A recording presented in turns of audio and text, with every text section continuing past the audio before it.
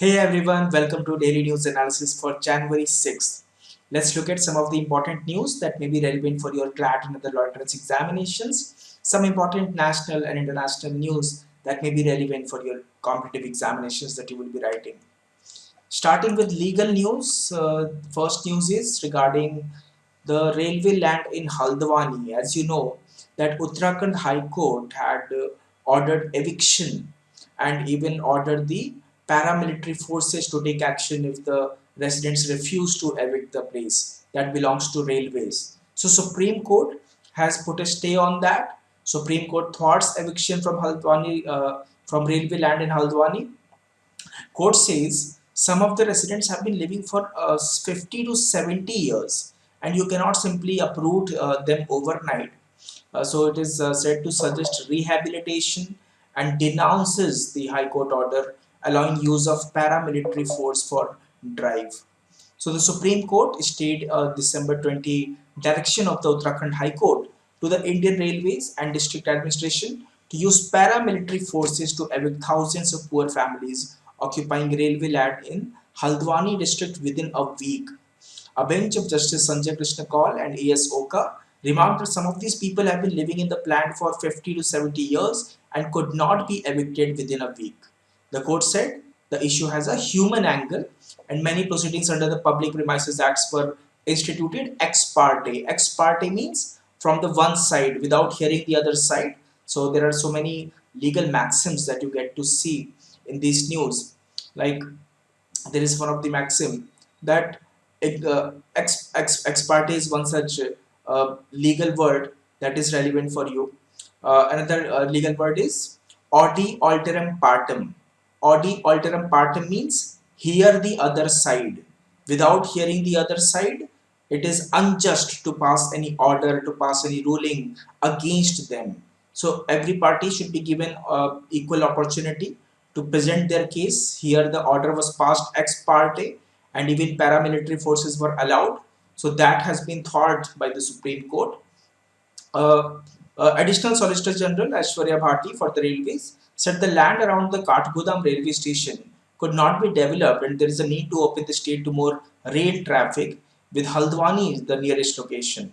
The land belonged to the Indian Railways. She said the people had never claimed their land to rehabilitation, their right to rehabilitation. Instead, they had claimed right over the land itself. Senior advocates Colin Gonzalez, Siddharth Luthra, and Salman Khurshid, and advocate Prashant Bhushan, appearing for the various affected families, said over 5,000 family lives were affected. There is no constitutional protection for staff who take part in strike. So it's not that you go for a strike and you put the public exchequer, public with all the inconveniences. So there will not be any constitutional protection for that. So Kerala High Court has said that no state government employee has the legal right to call for a general strike. Petition has been moved to declare national strike held on 28th March and 29th March as unconstitutional. So the Kerala High Court has reiterated that no state government employees, worker or association has the legal right to call for a general strike or instigate the employee to strike in the guise of fundamental right of freedom of speech and expression guaranteed by the Constitution. So there was a strike on 28th and 29th March.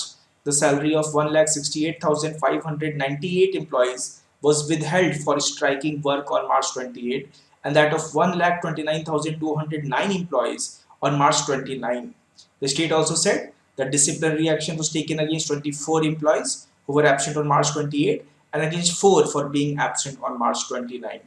The court took note of the government statements on the steps taken against the workers who had participated in the strike. There is a quo warranto writ filed against the Tamil Nadu governor and it was not maintainable. I hope you understand what is quo warranto. There are five types of writs: writ of mandamus, quo warranto, writ of habeas corpus, prohibition, certiorari. Quo warranto is the writ which says that by what authority are you holding the office. So the Madras High Court on Thursday has held as not maintainable a writ of quo warranto against Tamil Nadu government R.N. Ravi questioning the authority under which he was holding the office while simultaneously serving as the chairman of board of governors of the Auroville Foundation in Puducherry. So the Auroville Foundation, his role as an chairman of the Auroville Foundation, was said to be the office of profit.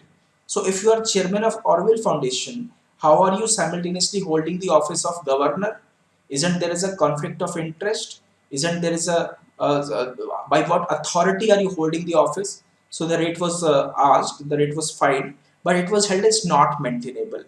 First Division Bench, Acting Chief Justice T. Raja and Justice D. Bharat Chakravarti held that a writ petition against the governor could not be entertained in view of the immunity enjoyed under Article 361 of the Constitution.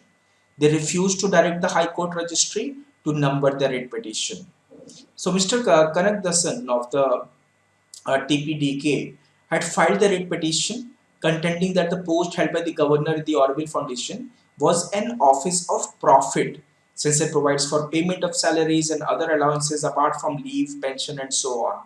In an affidavit, the petitioner contended that Article 158 Clause 2 of the Constitution prohibits governor from holding any office of profit and therefore Mr. Ravi must be called upon to explain the authority under which he was holding the office of governor even after the Auroville appointment. The judges heard the arguments advanced by the petitioner's counsel uh, uh, last month, both on maintainability and merits, and reserved their orders on December 15th. While arguing, Mr. Doraisamy and said the president had issued a warrant on September 9, appointing Mr. Ravi as the governor of Tamil Nadu, and the latter, that is the governor, assumed office on September 18, 2021. In October, the Union Ministry of Education appointed him as the chairman of the governing body of the Auroville Foundation. Following protests, center stops Prasnath projects. So Prasnath project actually that was a land of religious relevance for Jains. So the Union government, the Union Environment Ministry, on Thursday withdrew permission for tourism and ecotourism activities in the vicinity of Prasnath Wildlife Sanctuary in Jharkhand. This followed a meeting of Environment Minister Bhupendra Yadav with members of the Jain community there. So a note from the Environment Ministry said, implementations of the provisions of clause 3 of the eco-sensitive zone notification pertains to Samet Shikharji Parvat Kshetra, that is the Prasnath Hills, is state including among others are tourism and ecotourism activities. The center declared area an eco-sensitive zone in 2019. A strategic dialogue, India and France share views on security and defense cooperation. So the National Security Advisor, Ajit Doval, held the 36th round of Indo-French strategic dialogue with his French counterpart Emmanuel Bon. Mr. Bon's visit was the first major diplomatic visit of the new year, and according to a statement from the Embassy of France in India, both participants agreed to intensify efforts towards strategic autonomy. The two sides held discussions on a variety of issues, including current global security situations in the context of the conflict in Ukraine, regional security in the context of Afghanistan, counter-terrorism, cybersecurity, defense cooperation in the Indo-Pacific, beside other issues of mutual concern. University Grant Commission has unveiled a draft norms that will allow foreign universities to set up campuses in India. So these institutions can evolve their own admission processes and criteria to admit domestic and foreign students. They will also have autonomy to decide the fee structure, and there will not be any cap imposed on the fee structure. So the University Grant Commission has announced the draft norms for facilitating foreign universities and educational institutions to set up campuses in India, which allow them autonomy in determining fees as well as a 90-day approval process. The final norms will be notified by the end of the month after feedback from all the stakeholders is received. Japan is offering money to people to move out of Tokyo. So Japan will pay up to 1 million yen, which is approximately 6 lakh rupees per child, to families if they move out of Tokyo metropolitan area. So why is this happening? Actually, the impact of immigration from rural to urban spaces have been felt sharply in rural areas the most, where the number of local community members have decreased, leading to a shrinkage in local and small scale economic opportunities. The Regional Revitalization Migration Support Project provides subsidies to people living or working in the 23 yards of Tokyo to move out of Tokyo metropolitan area and start a business or work there. So they have been incentivized to move to rural areas and leave the Tokyo metropolitan area. Amidst the job cut, Amazon job cuts to exceed 18,000. This has been said by this chief executive officer, Andy Jassy. So Amazon's layoff will now increase to more than 18,000 roles as part of a workforce reduction it previously disclosed. The decisions, which will be communicated from January 18, will largely impact e-commerce and human resources. So these were some important news for January 6th. Let's quickly look at the highlights. Supreme Court has thwarts the eviction from railway land in Haldwani. There is no constitutional protection for staff that take part in strike. The case against Tamil Nadu governor is not maintainable as per Madras High Court. The writ of quo warranto was not maintained. Following protests, Center has stopped Parasnath projects, the Parasnath Wildlife Sanctuary projects in Jharkhand. There was a strategic dialogue between India and France that shared views on security and defense cooperation. UGC has unveiled draft norms to allow foreign universities to set up campuses in India.